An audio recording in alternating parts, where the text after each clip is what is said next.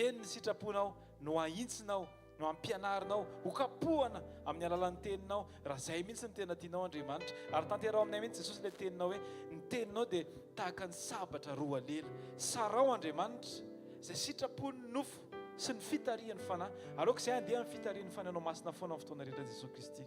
Aoko izay Andriamanitra anaiky ny amin'ny fitarianao sy ny fanamboaranao ahafahanay mandroso sy mitombo isan'andro isan'andro. Misaotra Jesosy, misaotra Jesosy. Eny misaotra Jesosy fa fitiavana tokoa ianao. Tsy hoe taratasy ny soratana momba ny fitiavana, fa ianao ilay fitiavana mihitsy no tonga amin'ny fiainanay tsirairay avy. Ary tsy namelanao raha tsy efa vavolombelona zany ny fiainana isan'andro isan'andro.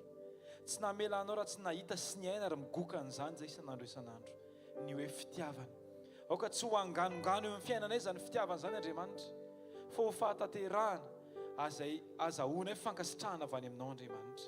Faly izay Andriamanitra rehefa mampifaly amin'ny fonao ny fisianay Jesosy Kristy. Faly izay Andriamanitra rehefa mampitsika anao sy rehefa mitondra fifaliana eo amin'ny vavanao sy eo amin'ny fonao Andriamanitra ny fijoroana tsirairay avy. Ndao tsika hisaotra androandra sitraka ao.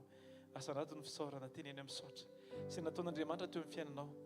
Angatahako ianao hisaotra. Ampahantsorana. Aza mitady teny maro. Aza mitady teny voaloko. Fa teneno amin'ny teninao tsotra fotsiny misaotra Jesosy.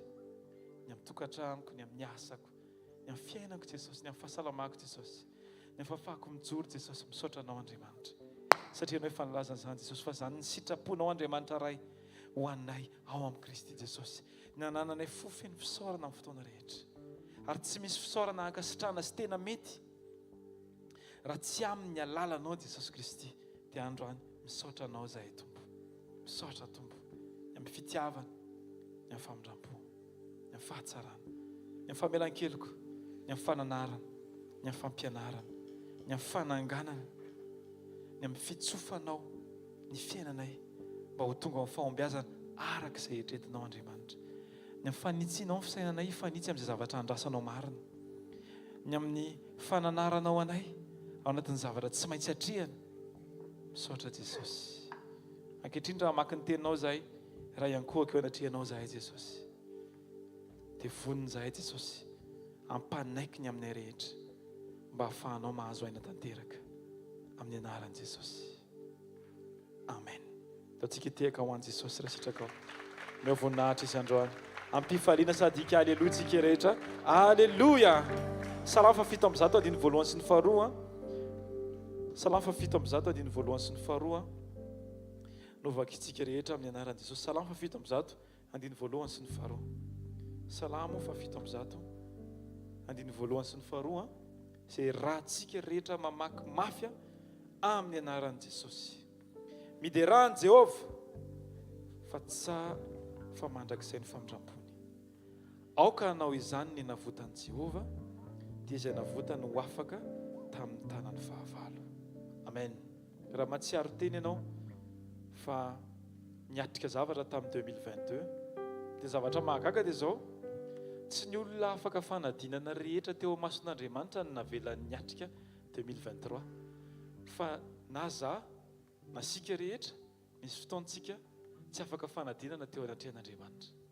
Kanefa noho ny fitiavany dia mbola navelany natratran'izany 2023 zany sasy ianao. Ny fahatsapanao an'izany fotsiny dia ampy hanomezanao voninahitra an'Andriamanitra. Hoe tsy mendrika akory ianao. Tsy hoe nety be ny janvier antsika tamin'ny 2022 dia natratra amin'ny février ianao. Ary tsy hoe nety be ny 1er janvier ianao tena hoe feno sitrapon'Andriamanitra sy ny 2 ka hatramin'ny 5 iny hatramin'ny 6 androany dia natratra an'ilay izy ianao fa nao ny famindram-pon'Andriamanitra. Taontsika hisaotra Jesosy ny amin'izany. Asa anaty ny fisaorana dia teneny hoe mideranao Tompo fa mahagaga ianao. Mahagaga ianao satria asehonao hoe tena izay tokoa ka ilay tena fitiavana. Tsy hoe olona mendrika ny tolorana nomenao Andriamanitra, fa olona mbola mila hitsy Andriamanitra, mbola nitoloranao fitiavana. Ny raisinao ny faharesena tsirairay avy Jesosy dia nisoloanao fitiavana izany.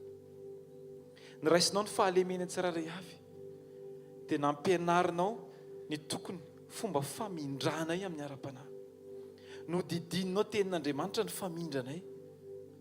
Ary rehefa nasianao tenin'Andriamanitra milaza sahady hoe ho fanilo ny tongotro sy fanazavana lalako ny teninao. ohatra ny tehiteny anao Jesosy hoe isaky ny mandeha ianao manomboka androany dia aoka isy tenin'Andriamanitra foana ao anatin'ny fonao amin'ny fotoana rehetra.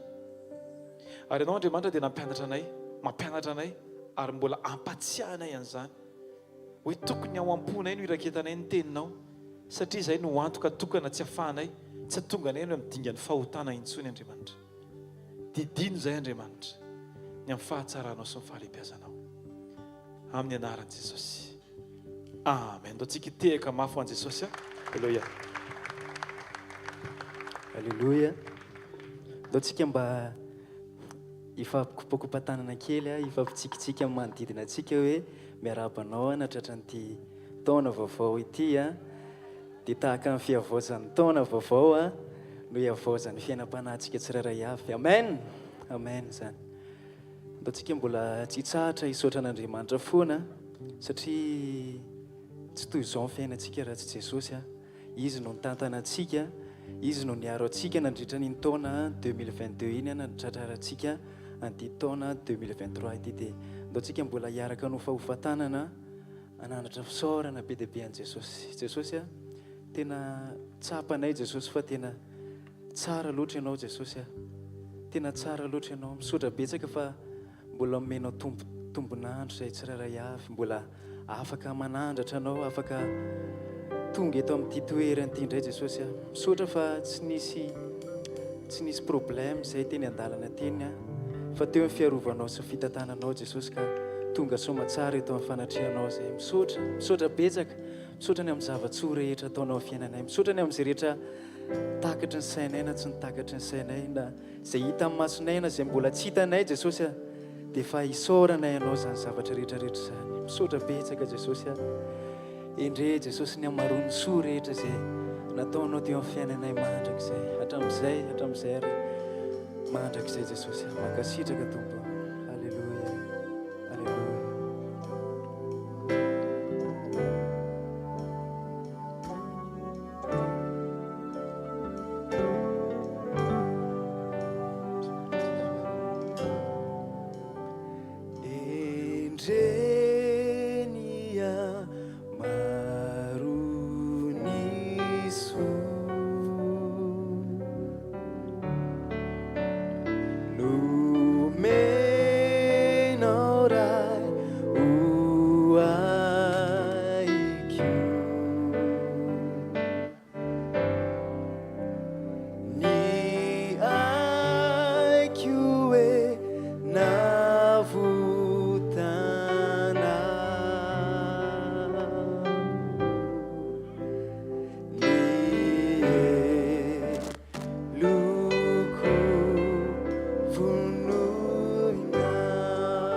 Vertsika hoe endre ny amarony soa Jesosy.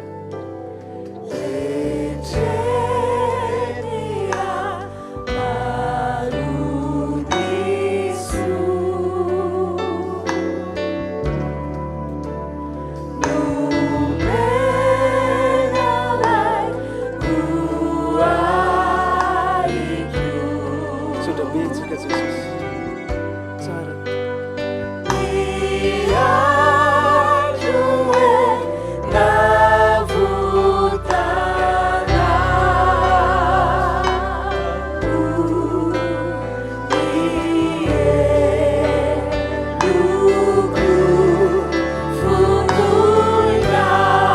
Sandrato ny tananao nazio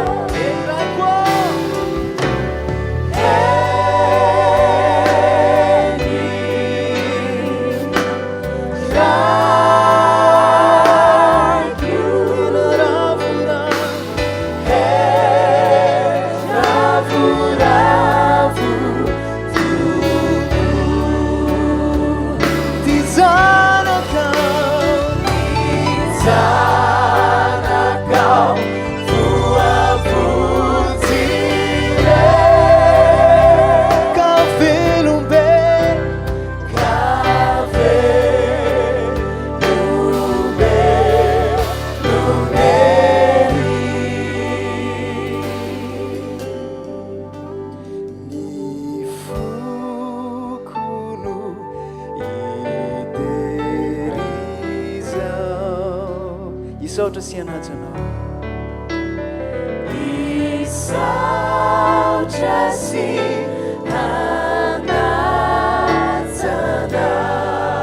anovona anao ny sitraka ao rehetra jesosy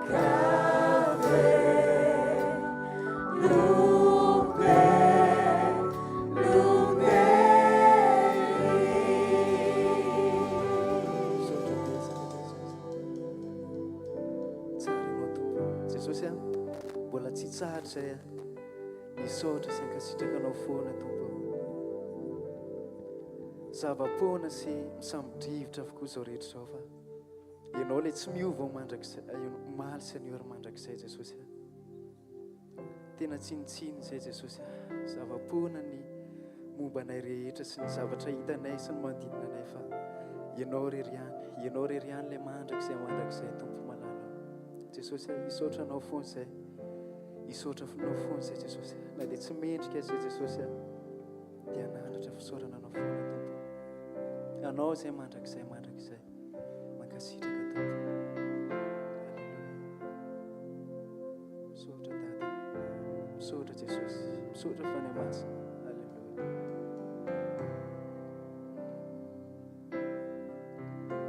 araio misaotra anao lehibe tokoa anyao raio amin'ny zava-tso marobe nomenao raio tsy voatanisany izy ireny fa dia maro misaotra anao mideranao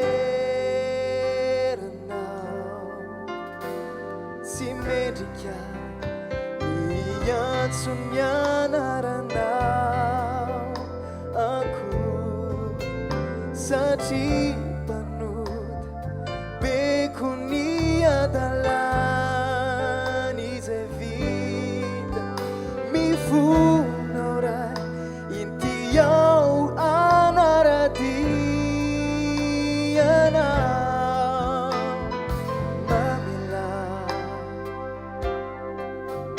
ny elokay avela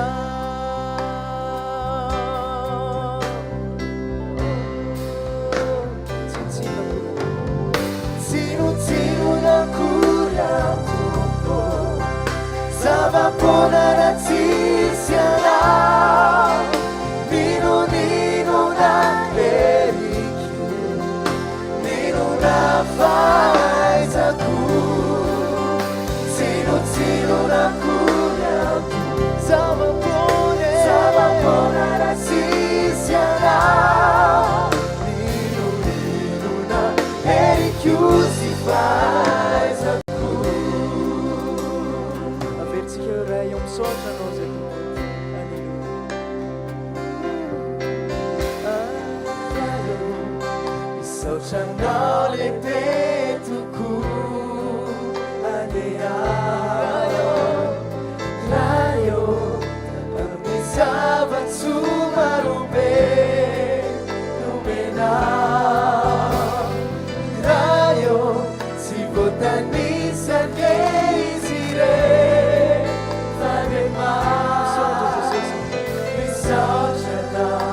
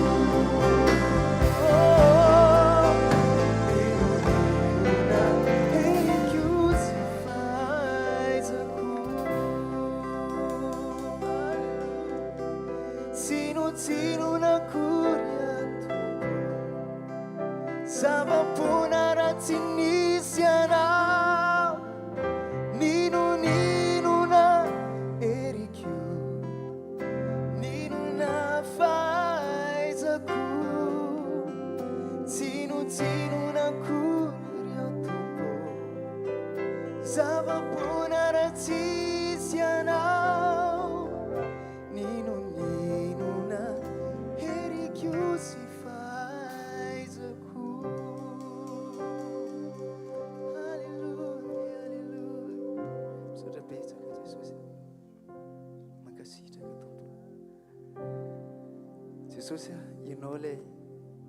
ianao le marina indrindra Jesosy ianao le tsy miova teo amin'ny fiainanay Jesosy natoko loatra ianao teo amin'ny fiainanay Tompo ianao le tena tianay Jesosy tsy misy tianay mihoatra no fitiavanao anay Jesosy ary tsy misy tahaka an'izany Jesosy fa ianao rery ny tena tianay ianao le tsy mba mandao anay Jesosy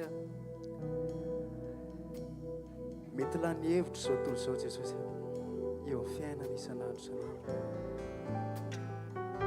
ao ny mety marary ilany vola hividianana fanafody Jesosy tsy manam-pitsaharana fa zay kosa Jesosy nahitanao zay le mpanjaka sy tompony tompo ianao ny fitsaharanao anay ianao le nampiadana anay Jesosy ianao ny zavatra rehetra ho anay Jesosy sambatra zay Jesosy manana anao nahita zay nahitanao Jesosy tena mety be aminay Jesosy alleluia misaotra ny amin'ny famonjenao misaotra ny amin'ny fifidiananao anay misaotra ny amin'ny fahasoavanao Jesosy tsy landritra ny fiainanay isan'andro alleluia misaotra tompony amin'ny famonjenao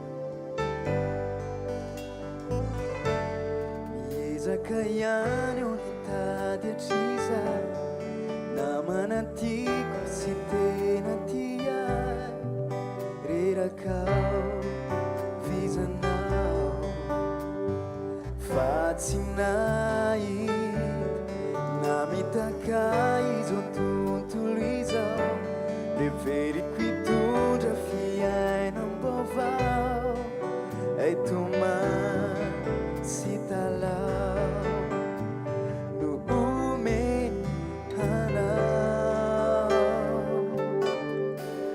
indray andro nahitanao Jesosy tamizay aho nafantatra fa ianao ihany matry amanitra fitiavana ka tsy niaotra ny anatona nanolotra ny foko anao tena raisinao tampitiavany ty foko ny talao na tsy mendrikao teno vonjena sotrabetsaka Jesosy ianao le tsy mba namitaka nay hatramin'izay Jesosy ianao le tsara indrindra ny fiainanay tompo tsy misy toanao tompo tsy misy tahaka anao Jesosy ary tsy tady na izanay zay fa ianao tena mety aminao Jesosy ianao rery no Andriamanitra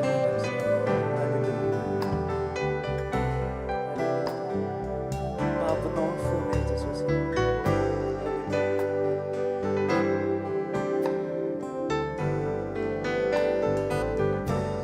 ny foko efa babo ny fitiavanao tsy todiky intsony amizao rehetr'izao Jesosy intiao tiako ianao tsy tady afintsony aho ampianao ny masoko ifantoky banjinanao maiko anao anjakao ny fiainako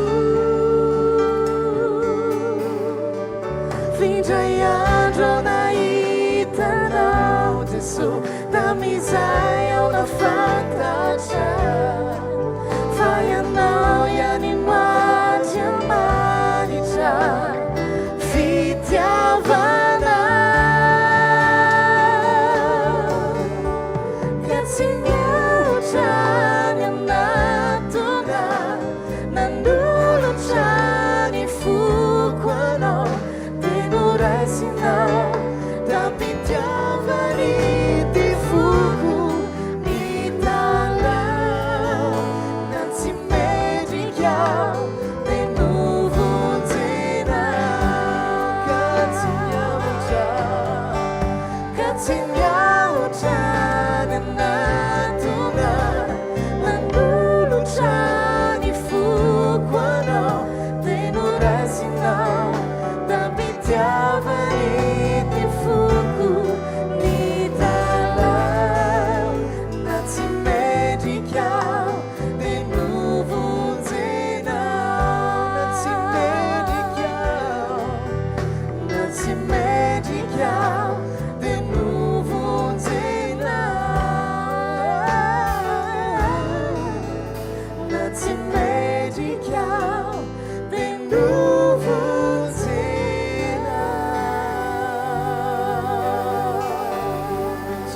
Jesosy na tsy mendrika ary zay Jesosy tena vonjenao tianay loatra ianao Jesosy androany Jesosy sokafo masom-pananay tena ahitanay ianao Jesosy eo amin'ny fiainana isan'andro ianao oka tena hisokatra amin'ny masom-pananay ahitanao Jesosy mifahendrenjy Jesosy mifahendrenjy tompo ianao zay tokony ataonay indrindra ny sitraponao Jesosy banjina anao foana zay Jesosy rehefa mibanjina anao zay dia miaisitra ny tahotra rehetra Jesosy raha vao tsy mahita anao zay Jesosy dia mitotona avokoa ny karazana olana sy ny zavatra rehetra mety mampiasa ny sainay fa rehefa mibanjina anao zay Jesosy dia ianao rery no hitanay makasitraka Jesosy. Alleluia. Tianay ianao Tompo. Androany zay Jesosy dia ilaza fa tena tianay ianao Tompo. Alleluia. Mijery anao aho tsy atahotra raha eo mefahitanao ahita toy ny fijerinao mijery anao aho fianao no mpamonjy ahy mefahendrenao ayanao zay tokony atao mijery anao Jesosy mijery anao aho tsy atahotra raha eo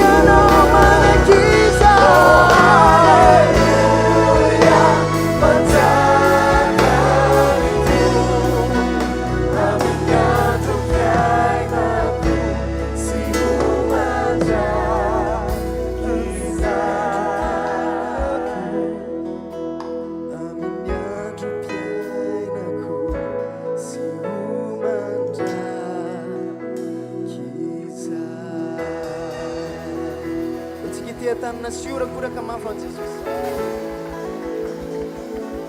Alléluia.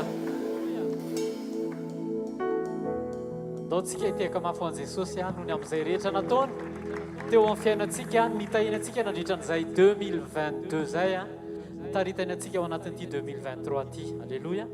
Hiditra ao anatin'ny fijoana vavolombelontsika mandroso tomboka. Mandroso. Fijoana vavolombelona ny fanasitranana sy fierovana Andriamanitra mahagaga teo amin'ny fiainana. Voninahitra ao an Jesosy ihany ny joroako vavolombelona eto fa nisy fotoana zany tsy haiko hoe le Covid ve le izy sa tsy fantatro hoe verina ve le izy sa ahoana fa nisy fotoana tena collapse vatako ohatrany hoe tsy ao mihitsy dia betsaka no niteny hoe nazary netratra hoe mety tsy ampy calcium zany mety zao zany nefa za sady ohatrany hoe jenjenjina nefa tsy mahazo aina ohatrany hoe sepitsepitra sotry zany sady marary ny loha ohatry zany be dia be le izy dia ndray tamin'ny fotoana io mbola ny insista ihany hoe andeha hiasa dia ozy amin'ny olona hoe ianao aiza mandeha miasa fa mijanon'olo ao ohatrany fa ianao efa marary sody sanatriny anao maninona any ny asa ndray moa mijoro foana zany dia ohatrany hoe sao dia vao mainka ianao reraka sy fanina any ianao efa malemilemy io dia lasa zareo dia za rery ny tao an-trano dia avy eo lasa ihany nandeha niasa satria nisy rendez-vous tamin'izay dia tsy tiako anolena le izy dia lasa ihany nandeha niasa dia napetako ny écouteurako tamin'izay dia nisy toritenin'ny paster zay hoe nitanjom-panahy afa-tsika Kristy dia zay toriteny zay ninoko toute la journée zany nandeha teny dia ohatrany hoe mandeha ny andalo aloha dia mivavaka ohatsy zany mandeha dia ohatrany hoe nieritreritry zany hoe vita le rendez-vous anankiray maraina dia andeha dokotera ny hariva vita le rendez-vous anankiray nefa dia nisy rendez-vous anankiray niditra indray dia ndraisiko ihany le rendez-vous fa tsy nandeha dokotera indray zany dia le olona niteny hoe nitao an-trano moa zany niteny hoe le teny hoe mandeha na dokotera dia nanontany zareo tao alohan'izay aloha rehefa niraisiko le rendez-vous anankiray teo ampandraisana le rendez-vous sady mena le tory teny dia misy le vavaka farany iny dia mivavaka ohatry zany eo ampandraisana olona dia tsy miresaka amin'le olona fa le tory teny loko dia sady mivavaka tafiditra be atao anatin'le tory teny zay aloha dia avy eo voninahitra ho an Jesosy fa mivoaka teo amin'le toerana raha iny tontolo andro iny nalemilemy fa mivoaka teo amin'le rendez-vous deuxième rendez-vous iny sitrana ohatrany hoe tsy nisy nilina zao ohatry ny hitanareo ohatran'izao. Alléluia. Dia tonga tany an-trano ny hariva dia hoe efa manao ahoana ianao nandeha dokotera satria zareo nisetra hoe nandeha dokotera fa tsy nandeha naniasa dia zay mahajanry zareo hoe tsy nandeha dokotera fa tokana ihany mpanafaka ilay mitoetra amin'ny seza fiandrianana mbola tsy miova ny heriny fa titeny aminareo hoe Jesosy zany zay zany zavatra azoko tamin'izay hoe Jesosy ohatrany hoe ianao zany mieritratra hoe sy ny olona na zara mieritratra hoe calcium le izy fanafody zany rehetra andeha hividy fa ohatrany hoe ataoko ohatrany hoe nampidiriny Jesosy mihitsy le rendez-vous fa tiany Jesosy toetra atao amiko zany hoe tsy le fanafody na le calcium mahasitrana anao fa zany io ilainao tamin'izay moa teny mihitsy paster tao anatin'le tory teny hoe Jesosy Kristy avy any Nazareta no ilainao ny tenanao tsy natao ho an'ny aretina fa ho ampiasain'Andriamanitra ohatsy zany dia nisy fotoana indray accident nandeha maka hamonjy rendez-vous ihany dia nandeha ny lalam-baovao an'ny maki iny dia tsy haiko inona moa naza le madama maka iodina angamba izy maka andeha hamonjy ny asany koa tsy fantatro fa natasisiny dia avy eo nikopo teo ampovoana arabe dia zay nefa mandeha 100 km/h tamin'ny moto tsy tafijanona intsony zay dia nidona taminazy rehefa tafidona taminazy tena nitsapako hoe mafimafy le soka le moto moa somary avoavo le réservoir ambony iny dia za milatsaka tao ambany dia zandrinay tao aoriana dia rehefa nidona dia le force anankiroa mifilaiky le izy mioritra tsy afaka natosika ary le izy fa mibataina ny ala teo ampovoana arabe tamin'izay dia peuple le réservoir iny dia zay aloha zany tena hatramin'izao mbola manontany tena hoe ahoana loatra le izy fa peuple le réservoir fa nisy ny akasarotako le réservoir pempo nefa za tsy naninona Alléluia. dia ny olona manontany daholo hoe hatramin'ilay polisy ny teny hoe fangarana anao protection fangano inona natao lafa ahoana loatra dia meme fotsiny moa za tamin'izay fa ray le izy ohatrany hoe nitao anatiko ndray tamin'izay na velontsosy tao anatiko hoe tsy izay manao protection voaro fa zay miaraka amin'ny Jesosy ihany. Voninahitra ao le mitoetra amin'ny seza fiantrana. Atsika tehaka mafon'ny Jesosy a. Alleluia.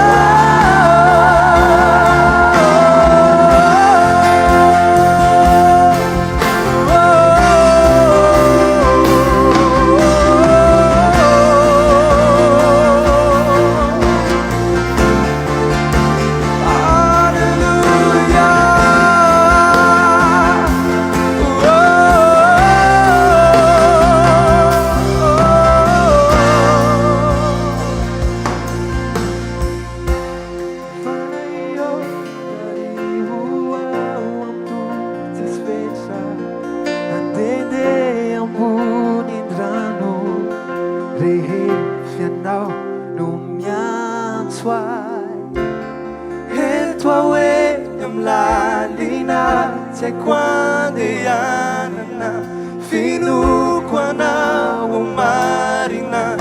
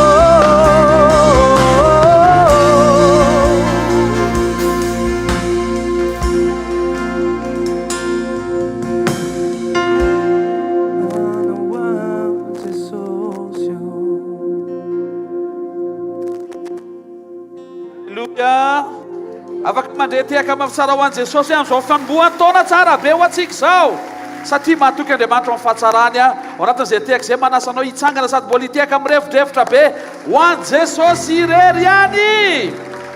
Ao afoan-tananao dia tenen'Andriamanitra misaotra anao ianao no nitahiry ianao no matimombana an'izao fidirako amin'ny taona vaovao izao ny aiko eo an-tananao ny fiainako eo an-tananao ny hoaviko eo ambany masonao ty taonyty hoa dia efa miariary eo amin'ny programanao tonga mangasitraka sy misaotra ny manome voninahitra anao feno indray izay raha eo amin'ny anaran'i Jesosy ny amin'ny fahafahanay menakavy kely miara-miditra amin'ity taonyty miaraka amin'ny teninao miaraka amin'ny fanatrehanao miaraka amin'ny vesatry ny voninahitra ao misaotra fa avy aminao ny tombonandro ny fahavelomana velonaina somatsara izay mahita nyity an'io ity manatrika nyity fotoan-dehibe voalohany ao anatin'ny taona hamerenana ny voninahitra fa mendrika ao anao ary ianao irery ihany sady ianao mandrakizay amin'ny anara-maherin' Jesosy Kristy velona masa sy manan-kery avy Nazareta amen. Teka mafy be antsika ho an'i Jesosy. Ty taonyty dia nanambara ny tompo fa 2023 famangim-panotronana topitarana amin'ny fitoriana ny filazantsara marina izany tehaka mafy tsara ho an'ny tompo taona fanarenana amin'ny fiangonana taona ny fahatanterahany zavatra tsara sy vaovao be mbola tsy niseho no manin'Andriamanitra ho anao tao mpamerenana ny olona ho ao amin'Andriamanitra izany tehaka mafy tsara ho an'ny tompo. Ireo aloha ny voangotsika hatreto raha vao miteny indray ny tompo dia apitsika indray ireo amen. Misy secret ny Sara zay vadin'ny Abrahama tiako voarainao aloha ny idirantsika amin'ny teny rehefa avy eo hozy izy ny Hébreu toko faha 1:10 Hébreu 11:11 aminaran'i Jesosy ary na Sara aza dia finoana koa ny nandraisany hery hanananaka rehefa nitsaja azy izy satria nataony fa mahatoky ilay efa nanome ny teny fikasana. Ny fifantohan'ny Sara tsy tany amin'ny teny fikasana, fifantohan'ny Sara tany amin'ilay mahatoky nanome ny teny fikasana. Tiako ny fifantohanao tamin'izao fanombohan'ny taona izao tsy any amin'ilay teny mahafinaritra be ny tenenin'Andriamanitra fa hitranga fa any amin'ilay Andriamanitra mahafinaritra be nampanantenanao fa hiavaka ty taona ity.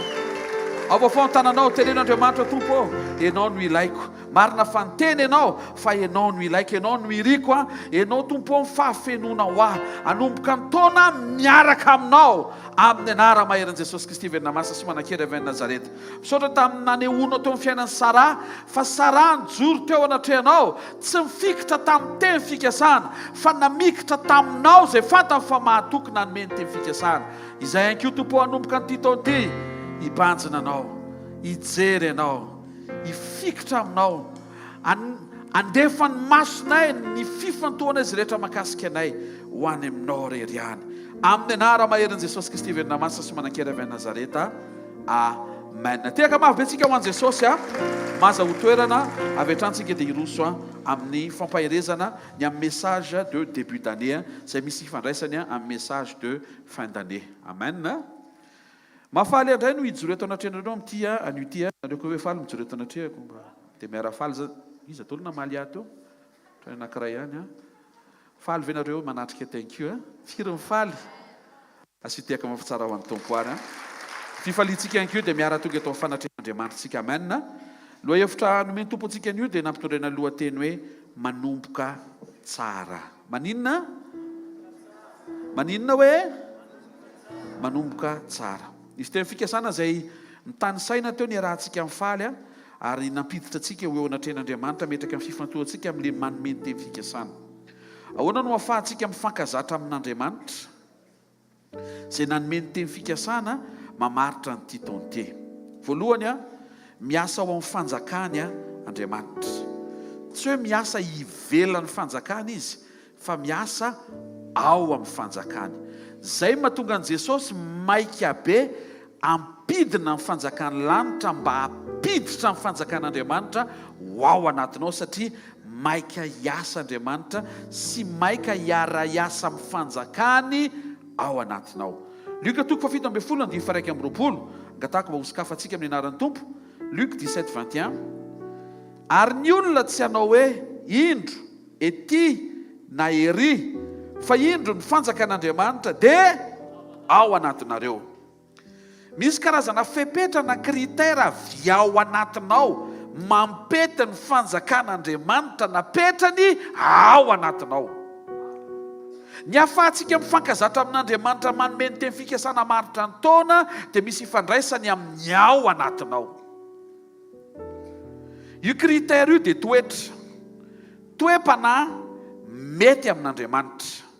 Zay mahatonga Jesosy milaza hoe katsao aloha fanjakany, ataovy lara-pamehana ny fianaranao hifankazatra amin'ilay fanjakan'Andriamanitra efa ao anatinao satria nandray an' Jesosy ianao. Miasa mifanaraka amina prinsipa ny fanjakan'Andriamanitra raha miasa ao amin'ny fanjakany Andriamanitra. Ao amin'ilay prinsipa ny fanjakany no mifanena amin'ny teny fikasany zasy ianao, ary ao amin'ny fanjakany mahita ny fahatanterahany ilay teny fikasany. Raha eto zany ianao te ahita n'ilay teny tanteraka nefa tsy ao amin'ny fanjakany dia tsy ho hitanao ilay teny tanteraka satria ilay teny tanteraka ao amin'ny fanjakany. Teny kaikinao ao amin'ny fanjakany ilay izy no mitranga hoe avy ao anaty zany no manomana ny fiatrehana n'ilay fahatokian'Andriamanitra nanome ny teny fikasana ao amin'ity taona ity. Teny hoe kaikinao raha te hanomboka tsara hoe dia mila mahay manomboka tsara avy ao anaty ianao hoe zay. Averena mila mahay manomboka tsara avy ao anaty hoe. Fa inona moa ny teny fikasana izay nomen'Andriamanitra?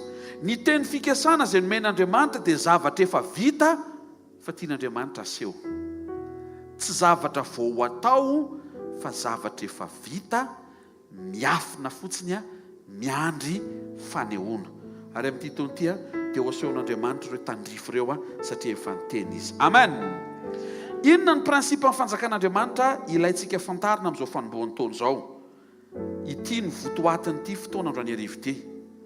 Mba hahafahantsika manomboka tsara dia mila miaiky ny ao anatinao fa tsy misy anao zay eo aminao.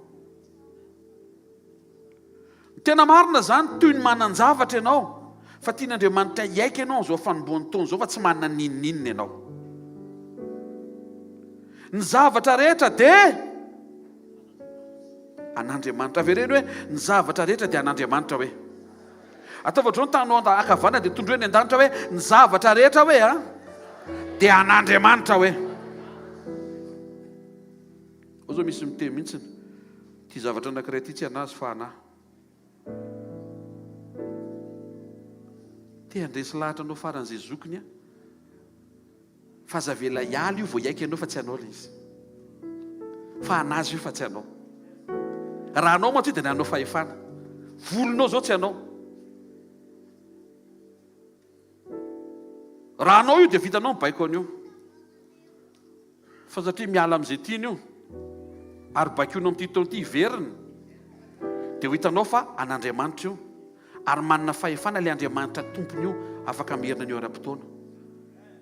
Ny mamaika androany tsy ho volonao very fa ianao mihitsy aloha mila miverina tsara. Manna Genesis toko voalohany dia faenina amby roapolo amin'anaran'i Jesosy. Ary Andriamanitra nanao hoe andeha isika amorona olona tahaka ny endritsika araka ny tarehantsika. Ary aoka izy hanjaka amin'ny hazan-drano amin'ny ranomasina sy ny voromanidina sy ny biby fiompy sy ny tany rehetra. Aoka izy hanjaka amin'ny tany rehetra ary ny biby rehetra izay mandadina mikisaka amin'ny tany. Nahary any Edena Andriamanitra, nametraka ny Adama sy Eva tao Edena Andriamanitra mba ahafahany Adama sy Eva miasa sy mitandrina ao amin'izany toeran'izany sy misitraka an'izany toeran'izany. Fa io Edena io tsy nitenen'Andriamanitra hoe any Adama sy Eva. Genesis toko faharoa ny 10:12. Ary Jehovah Andriamanitra nitondra an-dralehilahy ka namponina azy tao amin'ny saha Edena hiasa sy hitandrina azy. Tsy nomen'Andriamanitra ny olona Edena fa napetraka Andriamanitra tao Edena ny olona mba hisitraka, hitandrina sy hiasa. Amin'Andriamanitra tsy mikonto mantsy hoe anizy io. Fa amin'ny olombelona mavesatra be izany fanontaniana izany hoe anizy io trano ngeza be io, anizy ireo fiara ratsy ireo, anizy ry. Ny olona no voafatotry ny resam-pananana. Fa amin'Andriamanitra tsy problema zany. Zava-dehibe amin'Andriamanitra hoe misy ny Edena, hoe anizy Edena, tsy zay ny problematika an'Andriamanitra hoe anizy Edena, fa ny problematika an'Andriamanitra dia hoe miaraka ao Edena tsika sa tsy miaraka ao. Dia teo nahita any Damaseva hoe tsy namana izy mivady. Rehefa tsy mitovy ny problema resahan'ny olona sy ny resahan'Andriamanitra. Salamo fa 5:7-5:9 minaran'i Jesosy. Hitanareo ny Jehovah mpanao ny lanitra sy ny tany. Ny lanitra dia ny Jehovah fa ny tany nomeno any zanak'olombelona. Nomen'Andriamanitra ny tany mba hisy hitahiny ny olony. Alleluia. Dia mbola toy izy kely. Raha ohatra ka tena nomen'Andriamanitra ho any zanak'olombelona marina ny tany, rehefa zanak'Andriamanitra ianao dia tsy lasanao intsony zany tany satria ianao tsy zanak'olombelona intsony. Fa lasa zanak'Andriamanitra ianao. Dia hikonty be zay rehefa hody any an-danitra ianao. Satria ny fonao dia mila any amin'Andriamanitra tanteraka. Salamo 4:9 ny tian'Andriamanitra ho tonga ao am-ponao. Naran'i Jesosy, any Jehovah ny tany sy izay rehetra eo aminy, zao rehetra zao sy ny mponiny eo aminy. Mampety ny toe-panahinao, ny fiverenanao mamerina sy miaiky fa tena an'Andriamanitra tokoa ny tany sy izay rehetra eo aminy. Tena akaikinao prinsipa anankiray hoe anomboanao tsara. Izay misy eo aminao reo hoe tsy misy anao reo hoe an'Andriamanitra reo hoe. Raha marina anao zay dia sy hotehaka mafy tsara ho an'ny tompo ary. Ndao tsika hijery an'izany tao amin'ny testamenta taloha. Exodus 4:1. Fa maninona Andriamanitra no mitaizan'ireo mpanompony ao anatin'izay prinsipy izay, satria mampety ny toe-panahin'ny mpanompony ary tokony hampety ny toe-panahin'ny zanany koa ny fahatsapanao fa tsy anao io fa an'Andriamanitra. Avereny hoe tsy ay fa an'Andriamanitra.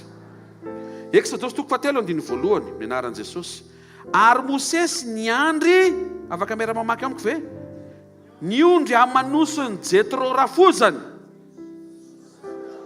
Atreo. Zany ny formation zany. Mosesy olona ho ampiasaina enjana be. To dia sain'ny Andriamanitra manetry tena aloha mikarakara ondry rafozana. Ho an'ny lehilahy zany tena mafy be zany hoe fa nanan rafozana no asaina tantanana. Dia isaky ny fomaraina zany dia mahita le rafozana ho patron lavy eo foana.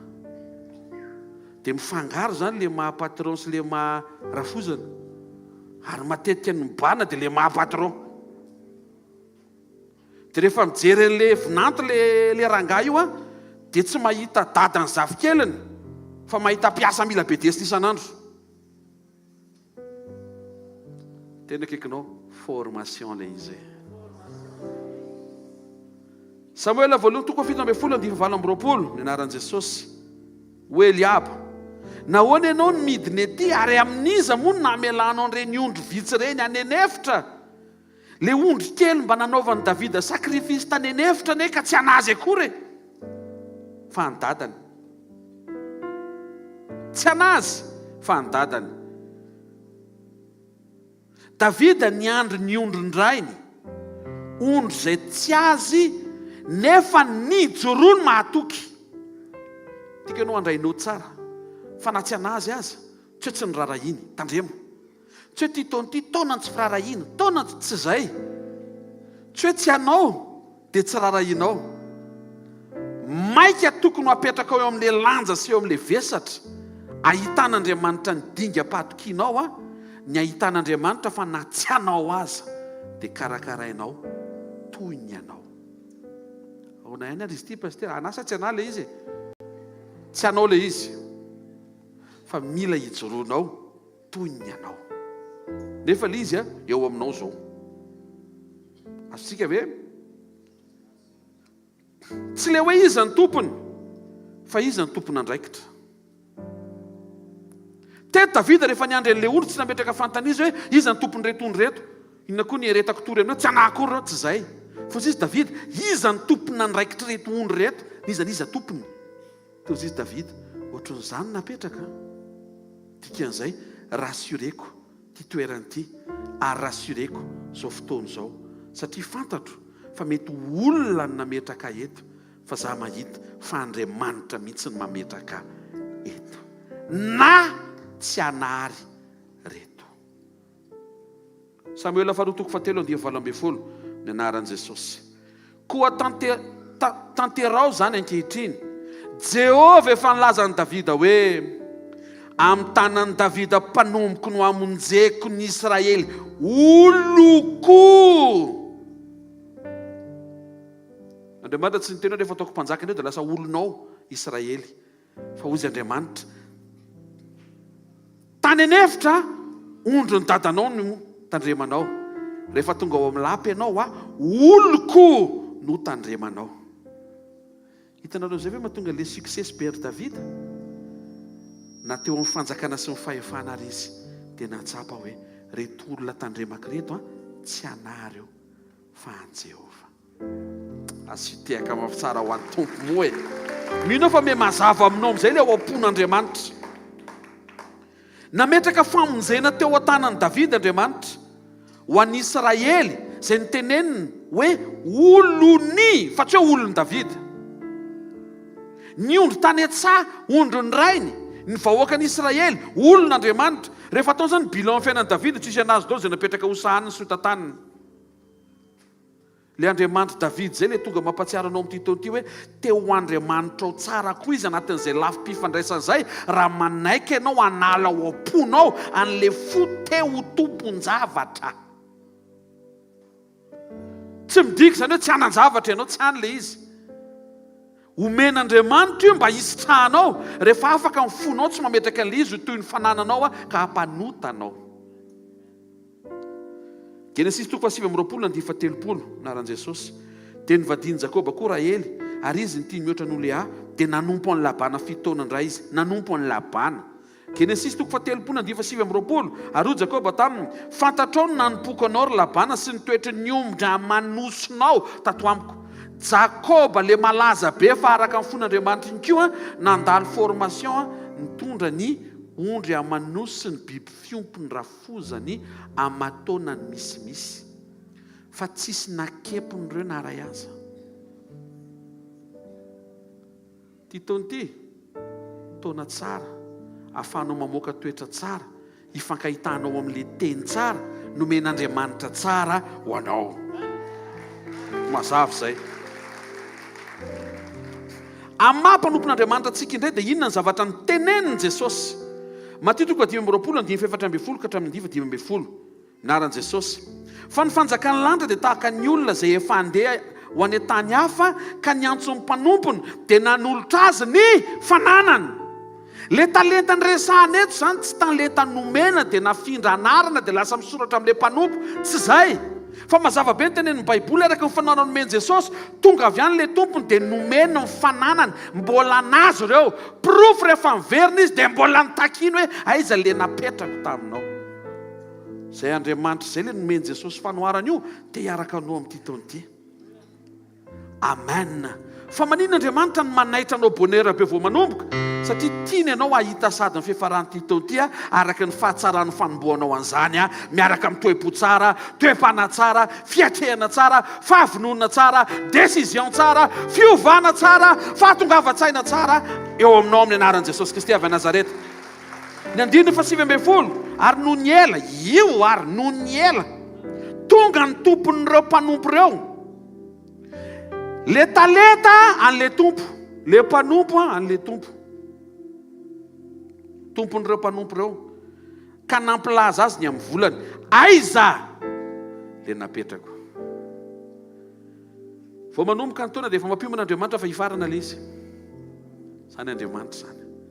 Ary zavatra hitranga amin'ny farany hiteny aminao izy hoe aiza le napetrako taminao tamin'ny janvier. Ametraka le zany izy. Eny tsara. Raha mampioman'Andriamanitra hoe amin'ny desambra izy ho avy an-tany anao hoe nataonao inona izay nomeko, anome zavatra be dehibe zany izy amin'ity taona ity. Fa le zavatra omeny tsy hifaliana fotsiny na zavatra be dehibe fa miandra any amin'ny faran'ny taona le tatitra mila ataonao hoe tiany nomenao zao nanaovako azy satria tsy ala izy fa anao fanapetrako teo amiko mba afaka isitraka le izy fa nampiasaiko le izy nampitomboiko le izy dia reto fahaveriko reto ny tombony bonane tompo tenany akaikinao aza minomino fahatany hoe ho tsara ho azy le taona hoe tsy misy tsara ho azy zany hoe fa misy fiovana avy ao anatinao hoe anafaingana zavatra rehetra manna andiny faraiky amby roapolo hoy ny tompony taminy tsara zany ry mpanompo tsara sady mahatoky nahatoky tamin'ny kely ianao dia ho tendreko ho mpanapaka amin'ny be midira amin'ny fifalian'ny tomponao nametraka talenta nametraka talenta ho ampiasaina ny tompon'ny talenta zany hoe tsy fananan'le mpanompo zany le talenta nampiasainy sy nampitomboiny ary azony sitrahana mivalim-pity voalazan'i Jesosy ara-panoarana eto ho ampidirina amin'ny fifalian'ny tompo ianao sady ho apetraka amin'ny fanapahana aty amin'ny testamenta vaovao araka ny tondran'i Jesosy azy dia nisy fanoarana mahakasika ny zanak'Andriamanitra hitantsika teo ny testamenta taloha ny mpanompon'Andriamanitra araka ny tenenin'i Jesosy ary eto mahakasika ny zanak'Andriamanitra Luka 5:1 ka hatramin'ny 7:10 nanome fanoarany Jesosy mahakasika an'ilay zanaka dala izay nangataka ny anjara tokony ho azy avy tao amin'ny dadany dia lasa ny olana teto naka ny anjara nyity tovolahy ty nefa tsy nahasoa azy ny fahatsapahany hoe azy manokana le fananany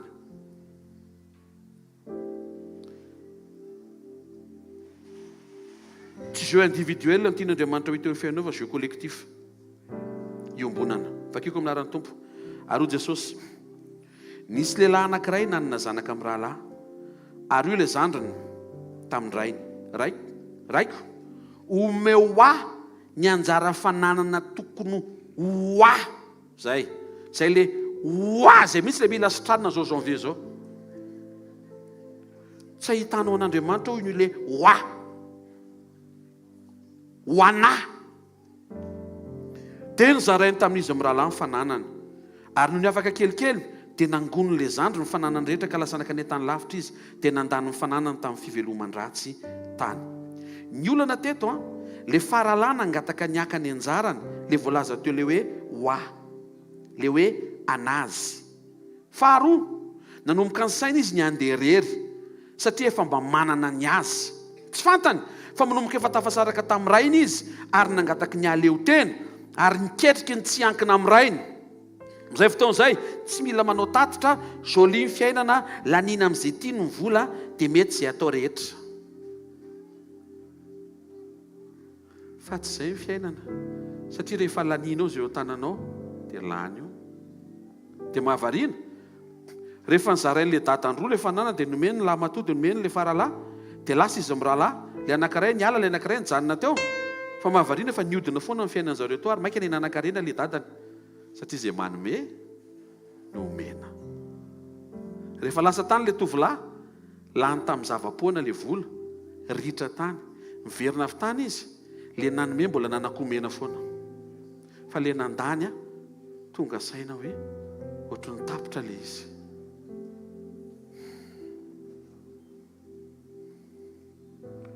vao nitsiry tao am-pony ty tovolahy kely ty ny aleo tena hiala amin'ny dadany dia lasa izy nangataka mbaka ny anjarany hiala amin'ny rainy tsy le anjara loatra zany ny tena problème eto matoa nomeny dadany fa le eritreritra mihitsy hoe hiala amin'ny ray satria efa manany ny anjara ho azy manokana hitady karazana tombontsoa manokana hivelany tokantranony rainy nivoaka ny trano izy dia nandeha tany amin'izay tiany ale fantatsika ny efarany fa rehefa niady tamin'ny dadany izy tao an-trano dia nefa rany niady tamin'ny kisoa izy tamin'ny sakafo izay any kisoa fa tsy anazy raha vao tsy manaiky zany le tsy nanaiky le faralahy fa tsy anazy le fananana fa ny dadany dia rehefa nizizotra izy ny sisika aka ny anjarany teo amin'ny dadany na ny kisoa ary ny joro vavolombelona hoe tsy anao io sakafo io fa anahy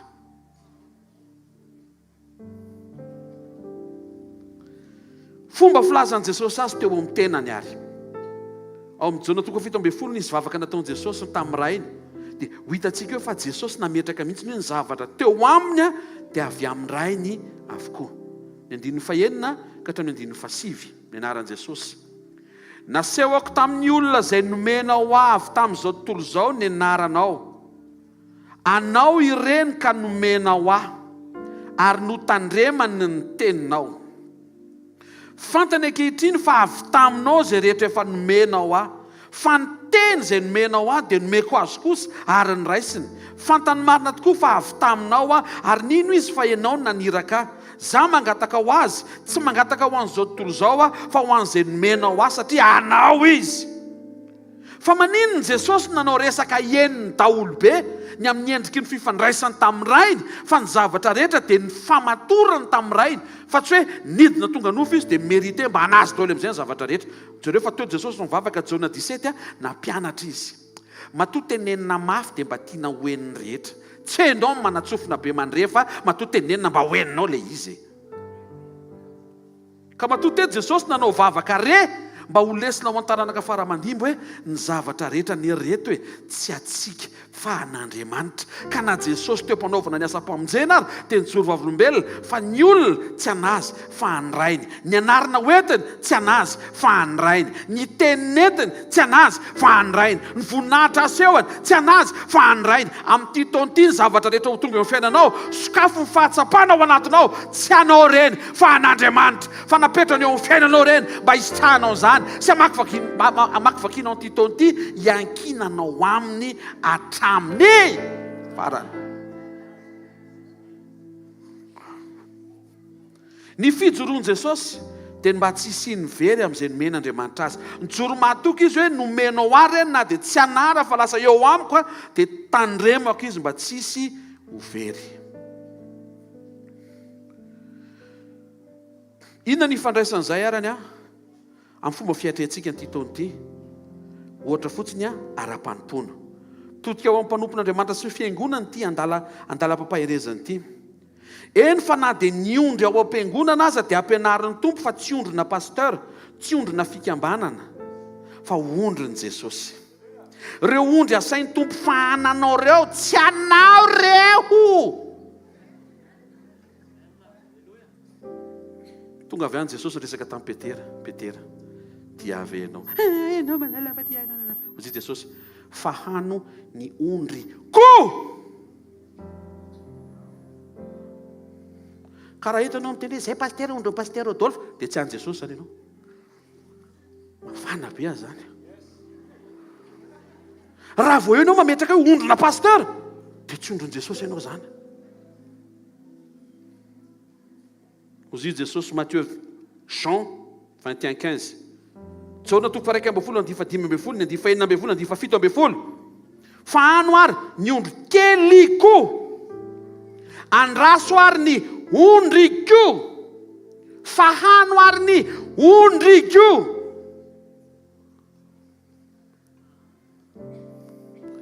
Ka zany namoren'ireo, tsy anao reo. Zany ny sakra mba tonga reo anatin'ny fivoriako, tsy anao reo. Mbola tiziko sa tsy maintsy tiziko? Matthieu 16:18. Hoy Jesosy, za milaza aminao koa ianao ny Petera. Aiza ilay ten'Andriamanitra? Ianao ny Petera. Ary ambonin'ity vatolampy ity ny ahoriko ny fiangonanao. Maninona hozy izy? Ny fiangonako. Ka ny fiangonana rehetra zany tena marina, tsy an'ilay pasteur fondateur, fa an' Jesosy. Raha vao tsy mandray an'izay fepetra izay ianao dia mety io fiangonanao io no ifikirana eto ambony tany dia tsy tafakatra ianao. Fiangonako, tilikampoko, dia mamikotra ianao ny olona efa mitsoka ny trope, ianao mbola tilikampoko.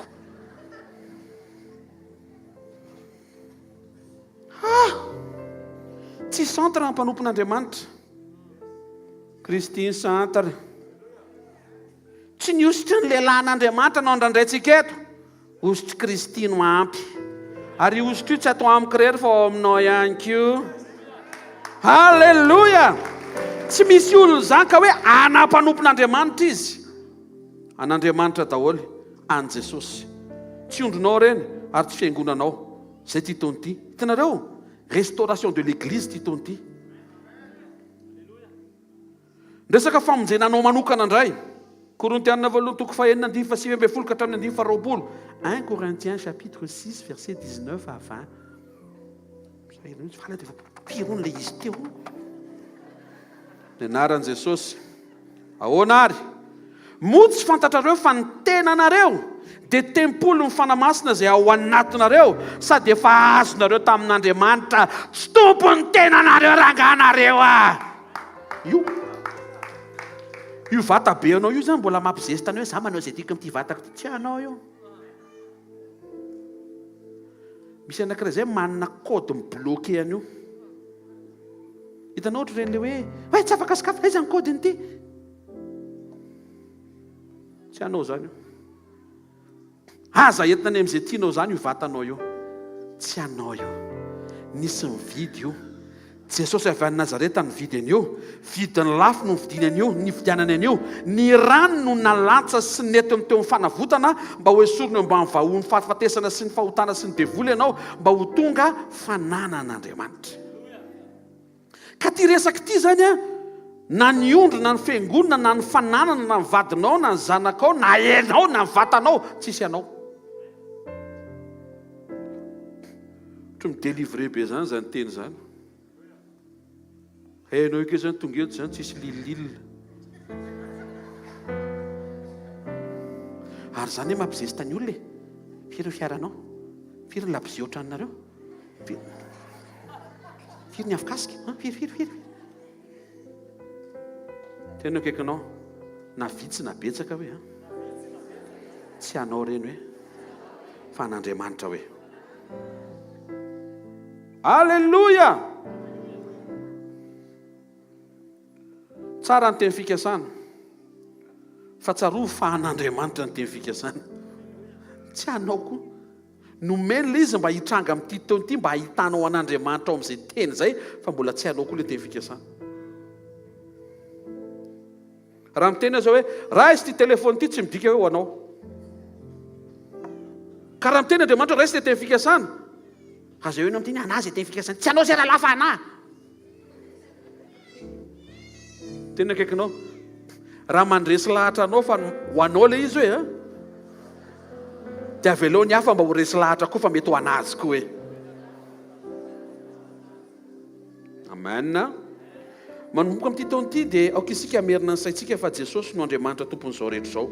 Asan'Apôstôly toko 10:4-36 10:36 minaran'i Jesosy. Ianareo mahalala ny teny izay nampitondrainy ho amin'ny zanak'Israely, mitory teny soa milaza fiadanana amin'ny alalan'i Jesosy Kristy, entre parenthèses, izy ny tompon'izao rehetra izao. Tsy misy anao fa ny zavatra rehetra dia iombonanao amin'i Jesosy avokoa. Romanina 5:7-7. Ary raha zanaka dia mpandova. Eny sady mpandova an'Andriamanitra no prailova amin'ny Kristy koa. Raha miara-miaritra aminy isika mba hiara-manambonahitra aminy koa. Prailova amintsika, pray fananana amin'ny Kristy. Tena akaikinao, tsy anao le izy hoe an'Andriamanitra le izy hoe fa manaiky Andriamanitra hoe iombona fananana aminao hoe fa avy any aminy le izy hoe. Tsy enao zany ny teny hoe ty anaty Jesosy mba iombonako aminao. Fa maty kely izy risea. Anazy le izy fa izy manaiky mba iombona an'le izy aminao. Inona mesura tokony ho raisiko zany pasteur par rapport amin'izany satria afinaritra ty taony ity. Avy reny hoe toe-panahy. Mila matsiaro isan'andro fa tsy ahy ny zavatra eo amin'ny fiainako fa nomena mba ho ampiasaina mba ho ampitomboana ahasoa ny fanjakan'Andriamanitra sy ahasoa ny maro manodidina. Luka 5:12 ny anaran'ny Tompo. Ary raha tsy mahatoky amin'izay an'ny olona ianareo, iza no hanome anareo an'izay anareo. Mila mandalo ny passage nyity le hoe mahatoky amin'izay an'ny olona ity zasy ianao. Ary zay ny ilanany nahatongavan'i Jesosy olona mba ho izy le olona hitaky an'le fahatokiny eo amin'izay napetrany eo aminao.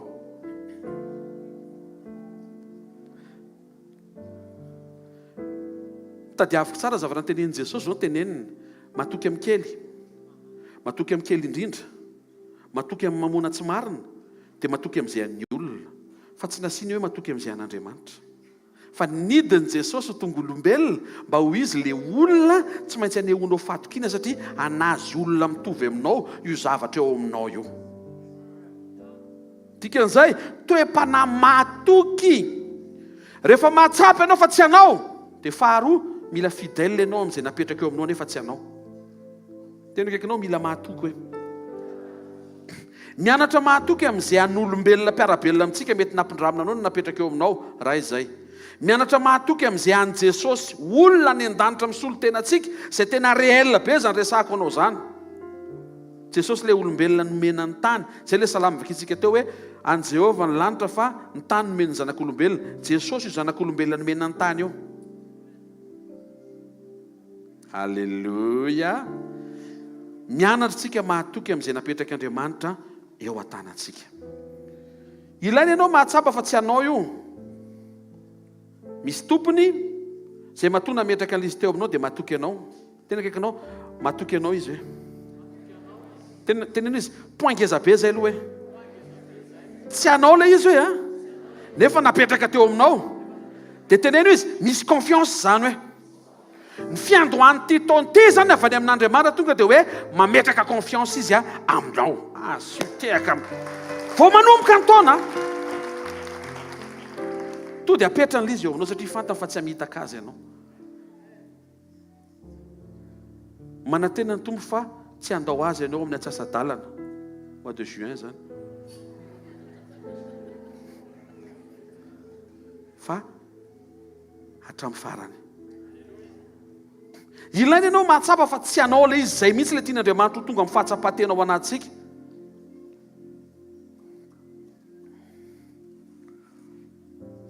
Lasa tsy maintsy miankina amin'ilay tena tompony ianao.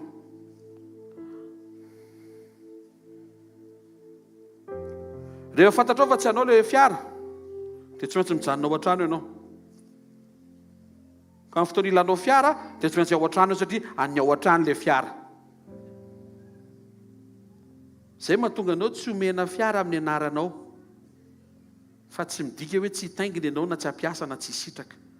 Tian'Andriamanitra ho délivrer mihitsy ny ao anatiny. Ny any tena mampahazo aina ilay misoratra amin'ny anarako taolo mihitsy ilay fananana ilay teraka babay sy lovoady iny mihitsy mampitsahatra. Raha izay mampitsahatra anao, vao miova anarana indray iny fananana iny dia tsy tsahatra ianao. Izay mihitsy tian'Andriamanitra ho maivana ao anatinao. Tsy voatery hisoratra amin'ny anaranao ilay izy, fa hitan'Andriamanitra fa azonao hisitrahana, azonao ampiasaina ara-potoana.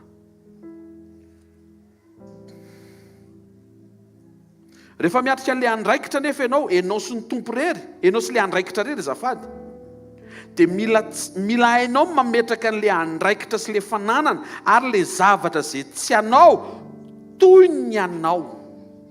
Rehefa miatrika an'Andriamanitra ianao, tompo anao reo. Rehefa miatrika an'ilay andraikitra sy ilay zavatra ianao, dia mila mitandrina ianao toy ny anao.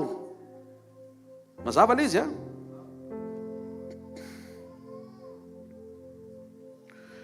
Matthieu 5:20 aminaran'i Jesosy. Fa ilay anankiray nandray ny ray kosa dia lasaka niadiny tany dia nandevina ny volan'ny tompony.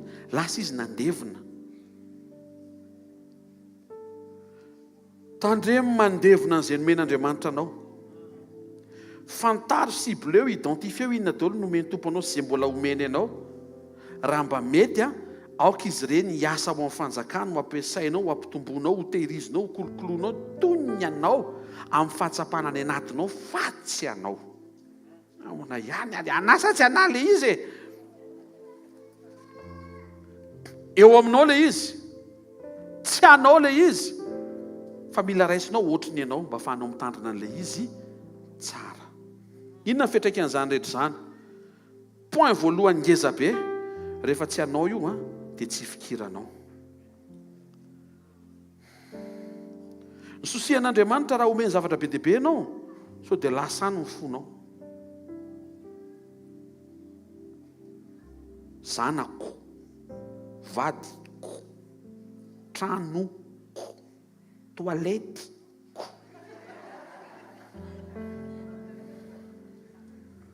raha vao nao mametraka fafanananao io dia misy ampahany fonao hifikitra eo nefa tsy tia tante no amarana antsika ny tena fiainana fa fiombonana mandrakizay eo amin'ny Kristy zay ny tena fiainana. Ka raha ho avy Jesosy dia te ahita olona manana fo tsy miraikitra amin'ny fananana misy eo aminy. Zay mahatonga n'Andriamanitra mandefa ny teniny mba hisy fahatongavan-tsaina satria ny marina no midélivre. Ny délivrance amin'izao fanombohan-taona izao dia afaka ianao amin'ilay geja sy fatorana amin'ny fiheverana hoe anala izy ka raha hitsoka ny trompetra dia ho aiza zany reo no lasa fanontaniana eo fa tsy hoe ho aiza zany aho. Mazava ve zany? Zay tsy fikirako le fo miraikitra amin'ny fananana mihitsy ny tian'Andriamanitra hosotranina amin'izao fiandohan'ny taona izao. Menara manomba fomba fiteny, anampy ianao anetry teny ty fampianarana nomeny tompo antsika ity.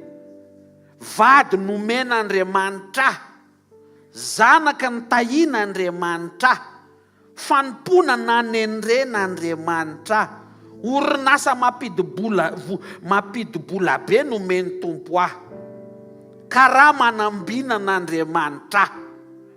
Fa tsy hitanao ve ny karaha mako teto ambony latabatra teto teo? Izy indray nendrikendrenao ohatranao fanakangaramanao efa samy manatrika eo daholo. Misy fomba fiteny miova zany manomboka izao.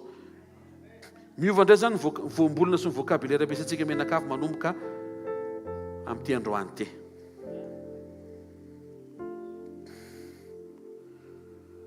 Salamo fa 7:7 minaran'i Jesosy. Fa tsy hitondra ninninina izy raha maty, tsy mba hidina anaraka azy ny voninahiny. Timoty 2:9-7.